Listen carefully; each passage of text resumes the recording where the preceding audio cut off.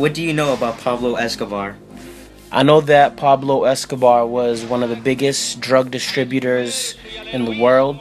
I also know that he was one of the most successful drug dealers in the world. But I also know that he helped his community a lot. I know that he gave back to his community. He built schools, houses, helped the majority of his family. And I also know that he was responsible for a lot of cocaine that was being imported into the United States.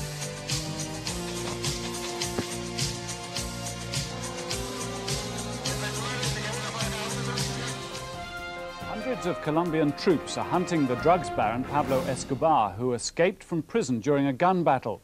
The government was about to move Escobar from a jail near the town of Medellin, where it said he continued to control the cocaine trade. The Colombian president, Cesar Gaviria, said he would still refuse to extradite suspected drug traffickers for trial abroad.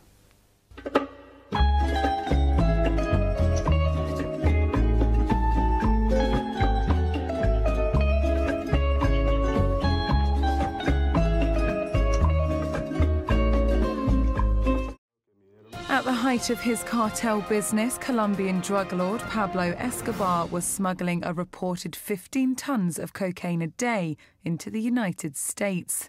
Later, in 1993, the world's most violent and notorious drug lord was gunned down by police on a Medellin rooftop.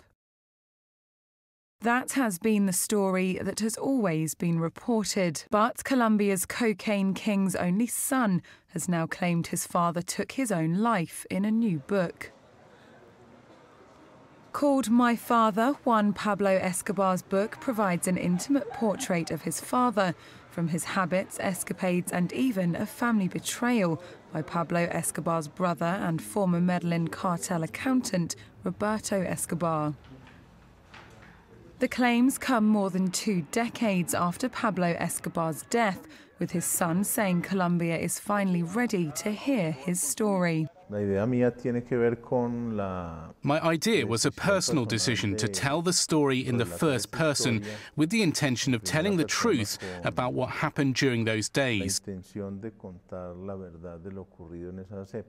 I also think that with the necessary passing of time, there's been a necessary maturity, not just in myself, but also in Colombia as a country. It is more ready to hear these types of revelations.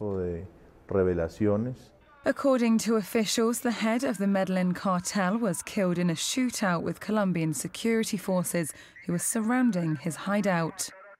The drug lord was reportedly shot dead as he tried to escape via the roof. But his son has told media that his father had planned to take his own life. I don't believe in coincidences. The bullet happened exactly in the same place where my dad told me that he had set the date where he was to be trapped. He always mentioned that from the 15 bullets in his gun, 14 would be for his enemies and the last one for him. This was not just a conversation I had with him, but with my mother, my sister, with his mother, with all members of the family. It was known, and there is even a recording of which there is a transcript in the book, and it literally says, and I quote, "They will never screw me over alive."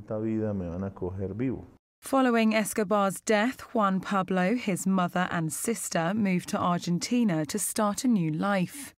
He has now said nothing is left of his father's billion-dollar cartel empire. Look at my father's history. All the history he built is in ruins.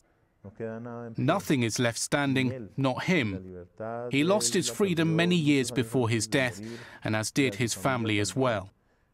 So the only thing that remains are some strong lessons that I hope will be understood clearly. Soy el fuego que arde tu piel, soy el agua que mata tu sed, el castillo, la torre, yo soy la espada que guarda el caudal, tú el aire que respiro yo y la luz de la luna en el mar, la garganta que ansio mojar, que te